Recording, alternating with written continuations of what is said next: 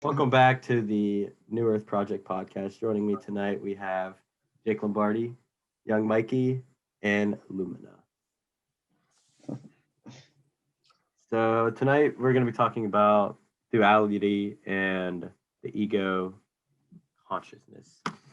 And so, my question I have for all you guys is say you're getting into like almost like an argument. So, you say you're getting into an argument with somebody who's not, or someone who's trying to have an argument with you that is like coming from that point of ego and not understanding the duality of the situation. Like how do you go about it? How do you approach that? Mikey wants this one bad, I can tell. Nah, that's good. I'll go around.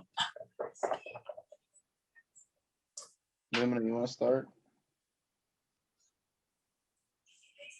I shouldn't start. This isn't a good question for me. Okay, I'll answer it. So you said the question was All right, say someone's approaching like and trying to start an argument with you from a place of ego or not understanding the duality of the situation. Like they're not understanding your perspective. How do you approach it? How do I approach it? Well, I understand, like, I'll explain my level of theory to them one time. And if it doesn't register in their own mind, it's not for me to go force that type of knowledge upon them or try to get or whatever or fix the situation for them. You know, the only situation I should fix is myself. So I kind of everything I put out, it always comes back to me. I always take full accountability for myself. So what I mean by that is if I'm trying to prove somebody wrong, right? That is literally like if I'm just trying to literally prove them wrong in like the most brutal way, I know that that's just ego. And you got to understand, like if you're trying to prove someone wrong for their own opinion, for their own validation, well then what are you trying to get at? Are you trying to get at that you want their validation to feel like your answer is secure, or do you believe that your answers are secure based on just the value of how much time and how much effort and how much you truly believe in the concept? So it's like, another thing, I'm not going to fight with anybody because I understand like if I go back and forth with somebody, what is that going to do? Like I literally never, I'm very nonchalant about what I'm going to. Now, that doesn't mean go get picked on and, let people walk over you. Of course not. But what is me standing my ground if I know a person is not going to especially if I know the person is not going to be able to register the type of concepts and what I'm going to say to them, and I've already tried before, I will just completely agree with, I won't even give them the time and energy to create, the type of like the battle in a sense, because you'll just say like, yeah, you're right.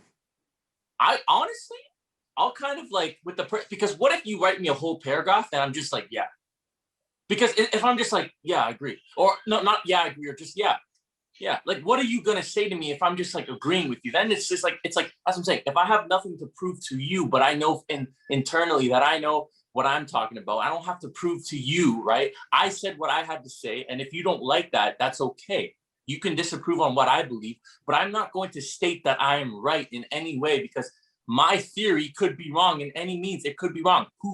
Who can tell me that I know everything? Who can tell me that she knows everything? So I don't need to state that I am right. I can, as long as I know that I am right in my own heart, I don't have to try to get you to feel like I'm right. So even if I disbelieve in what you're saying and I've already tried to get my point across, I'll just agree with you. A person can't fight with you if you don't accept their invitation. Like if I'm trying to like prove you wrong, I'm proving myself wrong that I can't sustain a matched energy between us. Like I'm literally trying to prove you, like it's like the whole thing is like I'm just trying to prove you wrong and prove that I'm right. I don't think that's life. I think it's like it's an understanding to like, okay, why is this person thinking like this? And what can I do to better the situation instead of, let's just attack them completely, because there's this thing called cognitive dissonance. Cognitive dissonance.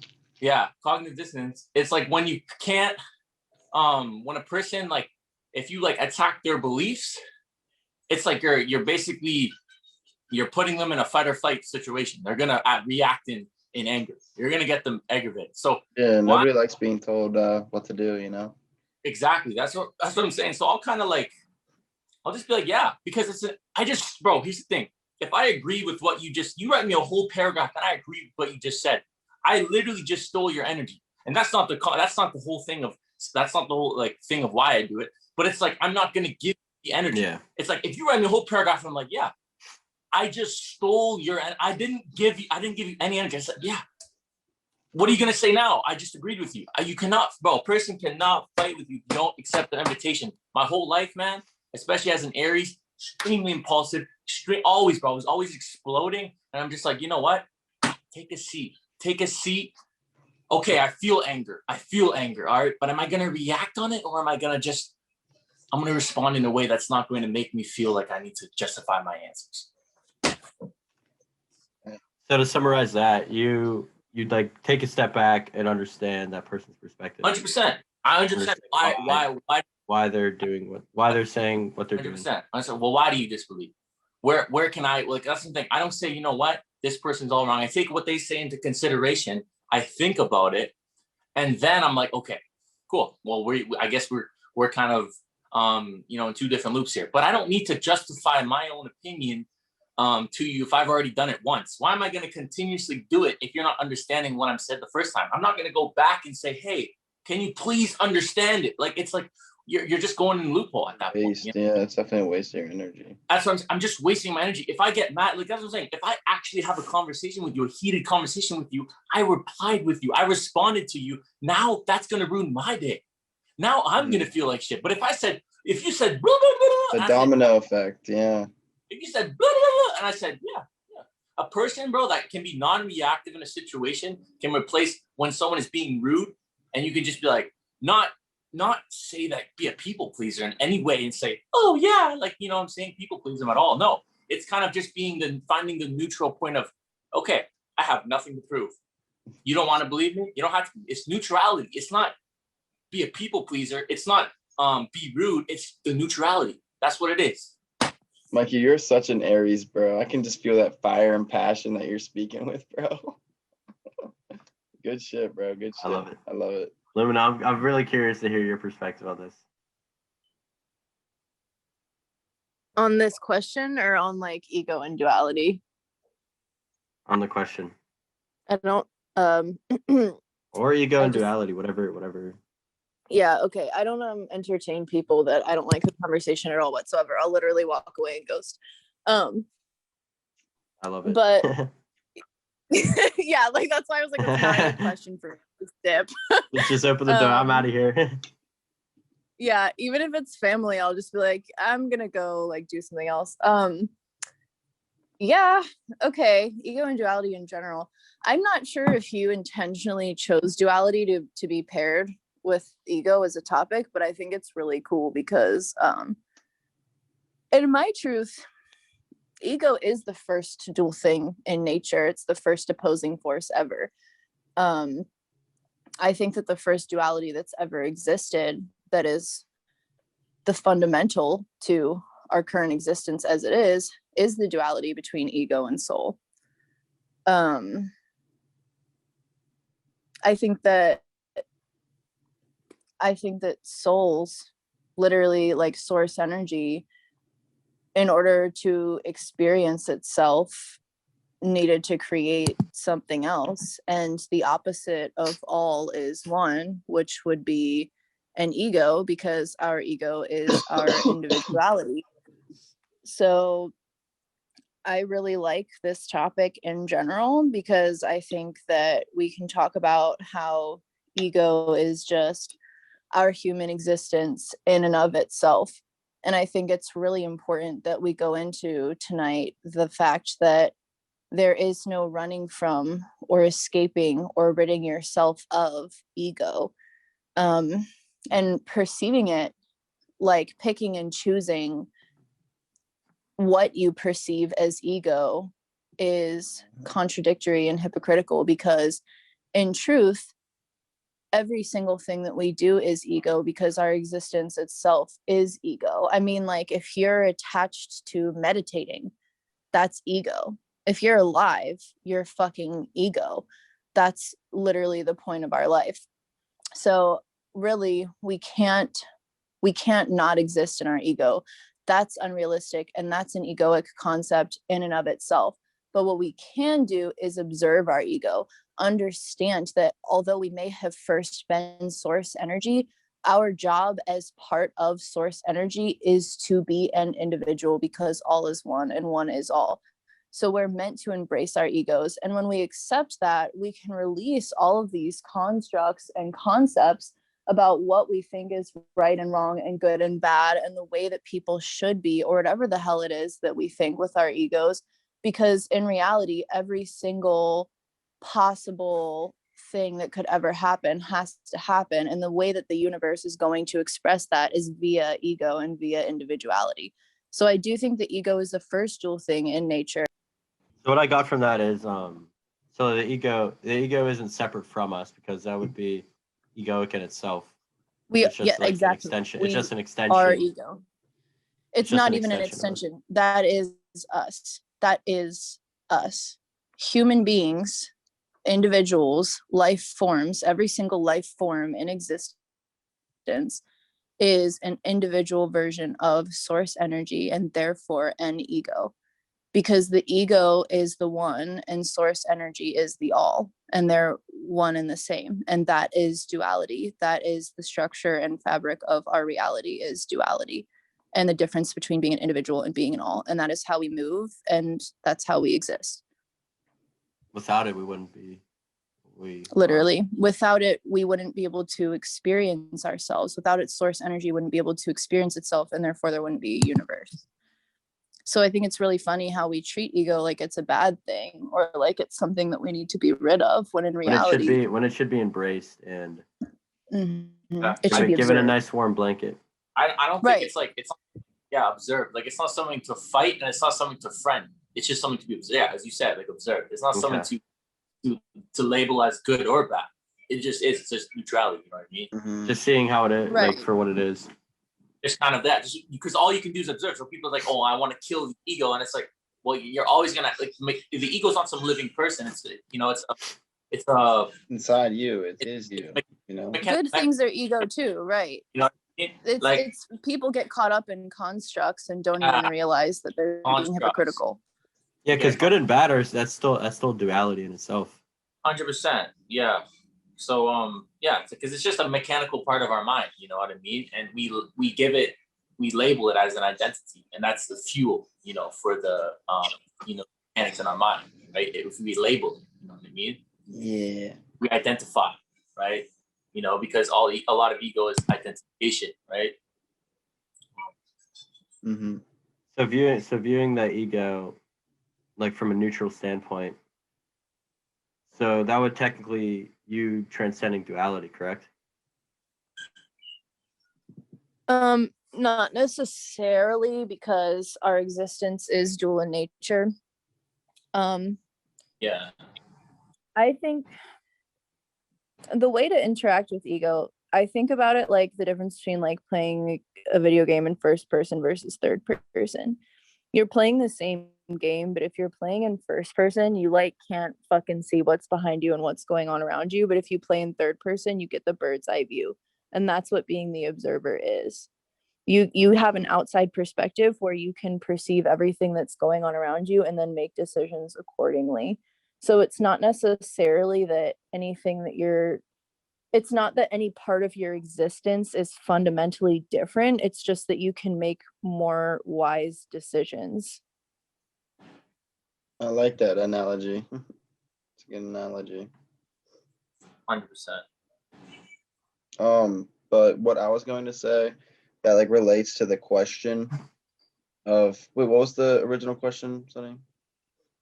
When somebody like tries to incite an argument with you from like just completely like from their ego perspective.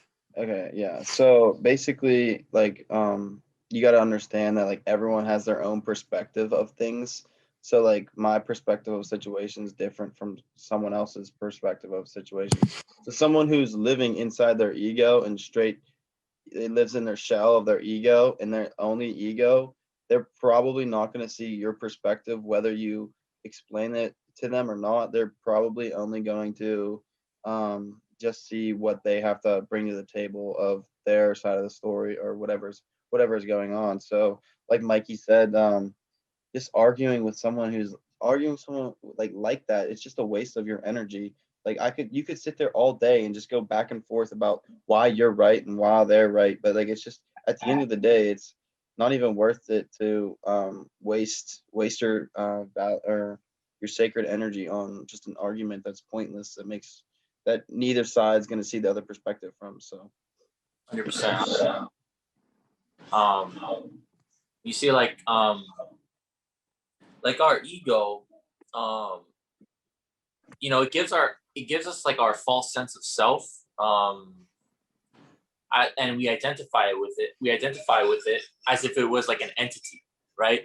And we bring it, you identify with it, and we bring it to life in a way.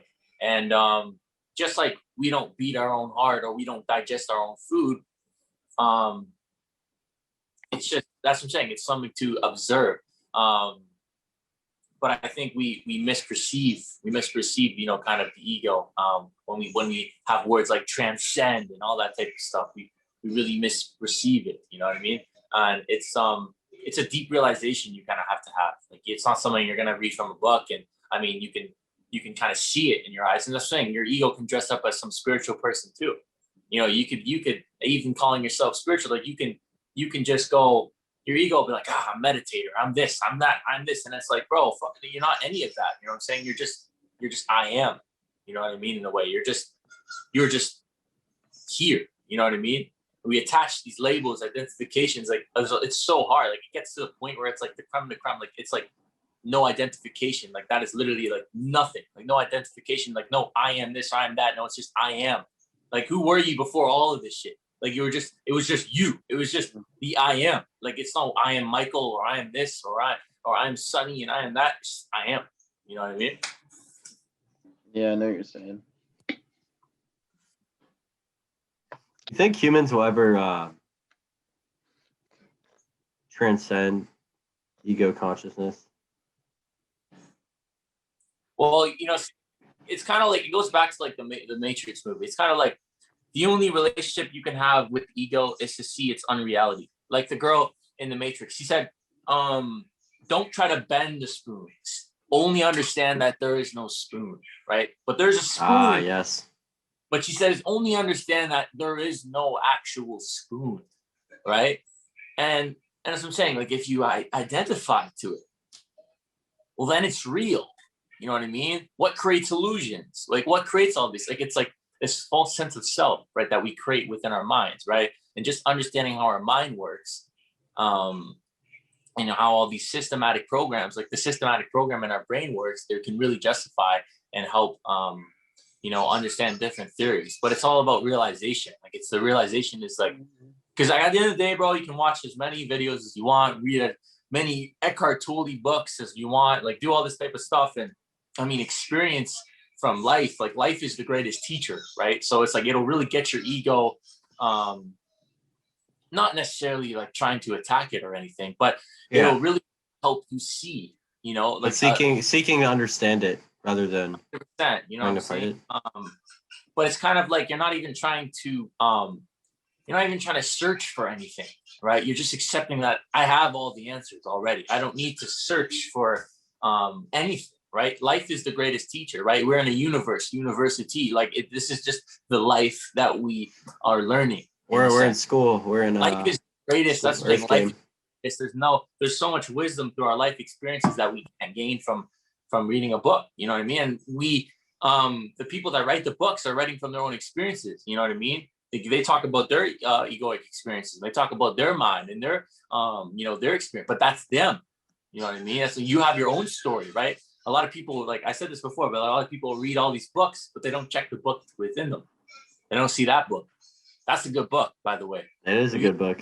That book, you know what I mean? And like that's a book that like, is just waiting for, like, because bro, everyone is unique, man. So many people are unique. I always tell people, like, don't limit yourself. Don't limit yourself to this reality. You know what I'm saying? Just because other people's their perception is a little just a little off. That's all it is. Life is perception. You know what I mean? And that's what I'm saying. I'm not going to force what I see as perception. What you're seeing as perception might be different. Do I need to stand my ground and believe that you're wrong or right? You know?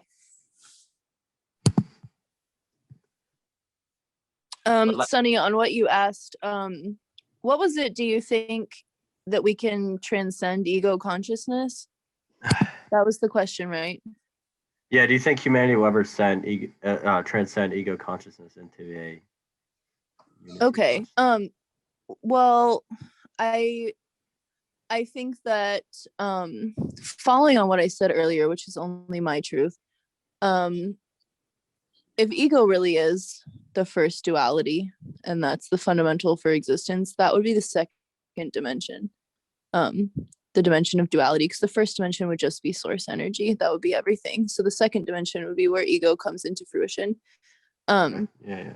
In which case all of the other dimensions would contain ego. So kind of like how I was saying that ego is just an individual part of source energy. So even higher dimensional beings, or like air quote transcended beings that we're referring to that exist in higher dimensions or interdimensional beings or whatever, they're technically still egos. They're just like, I don't know, maybe if you think of dimensions as superior, inferior, or levels or whatever, higher dimensional versions of egos.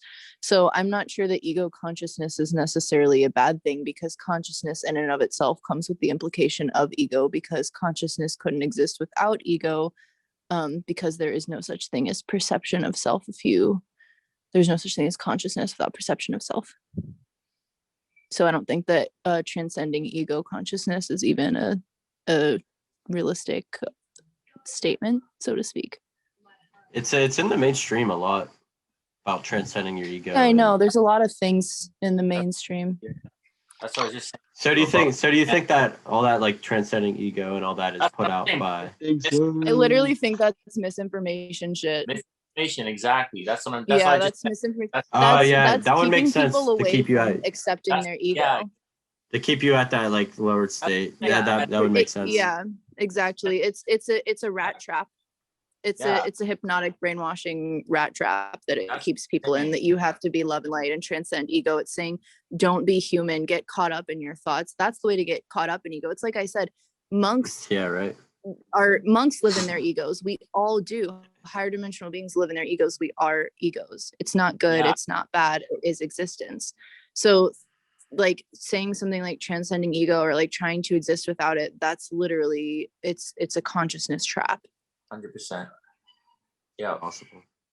Yeah, that's exactly what I was saying about like transcending. It's like well, what is your perception? Like the media puts the perception of, oh, I need to transcend my ego, and it's like, bro, you know, and that's what I'm saying. The media could trap you in a way when you think you're getting right knowledge, but it's like, that's what I'm saying. It's the realization you need to have. Like, oh, it's not even about gaining information. It's about having that realization. You know what I mean? Mm-hmm. So I think that's a very powerful thing. But 100%, like there's no like, it's like the transcend. Like the media puts that out. It's like you need to be. As I'm saying, you need to friend your ego, or you need to get rid of your ego. And it's like, I mean, you can't defriend a systematic program in your brain. You know what I mean? It's a robot. Like it's like, in a sense, like you can't talk to be friends with a robot in a sense. You know what I mean? It's just a systematic a mechanism in your brain, right? It's that's how our brain works. You know what I mean? So it's like trying to get rid of it, trying to transcend that. You know, they read like these spiritual teachers. They talk about transcending. It's like, but in the way we misperceive what they mean by that. You know what I mean?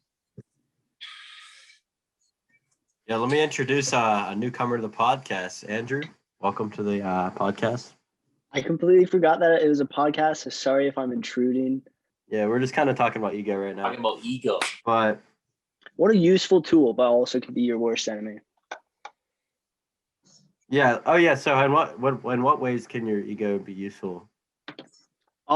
If you fully self-actualize it and make it like a integral part that will help the collective, then I see a beautiful like opportunity to use it, other than just like either self-loathing or the opposite, like absolute just douchery. So it's definitely a balance between them, and then having the energy to be able to put that towards something really positive. What's like an example of that? Like using your ego in like a positive way? Like if you embody the full caretaker archetype and you sought out an ability to help others with a certain skill that you have formed, and that's going to be your ego, the caretaker, helping out. If it's like volunteering with like homeless people, that's still part of your ego.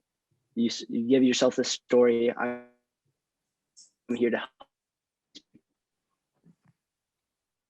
And then there's the shadow of it, which just wants to be selfish or can be caused by like trauma. So it is just a thin lens that we can like look through, but it is a really helpful tool how we can perceive what our collective consciousness is doing.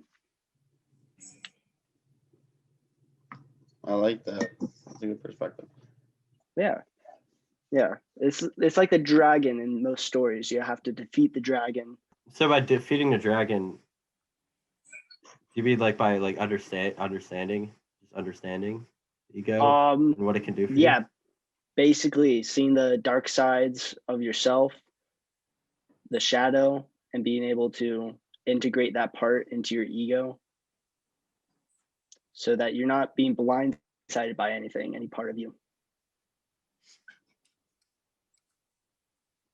Okay, I like that. That's fully like full self-actualization.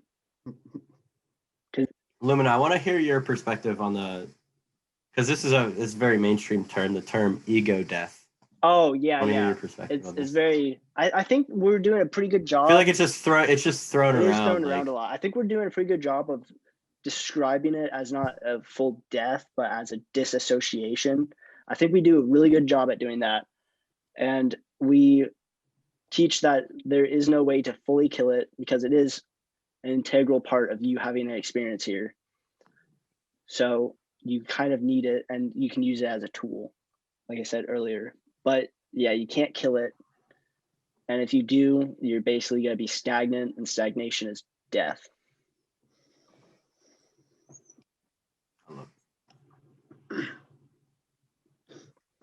So you really have to. Oh, that was a really good answer. Thank you. I see ego death as that as well now. Yeah, I like Just that completely disassociating, not the actual death. That's very true. And not completely identifying. Yeah, there's not truly such a thing as ego death, but it's exactly as he said. It's a dissociation. It's when your soul becomes very uncomfortable with having an ego. You become very uncomfortable with the fact that you are an ego, and you basically just dissociate from life. But like in truth, there's no such thing as an ego dying, so to speak. It's just that you're really uncomfortable with your existence. So is the ego death just you transcending in the higher dimensions without staying grounded? It's not even necessarily a good thing either. An ego death could seem like a good thing if you were ready for it, or if it was part of your journey or whatever. But it can also be an existential crisis. It totally depends on where you're at and what you choose to do with it. Just like everything else, it's not inherently good or bad. It's just an experience.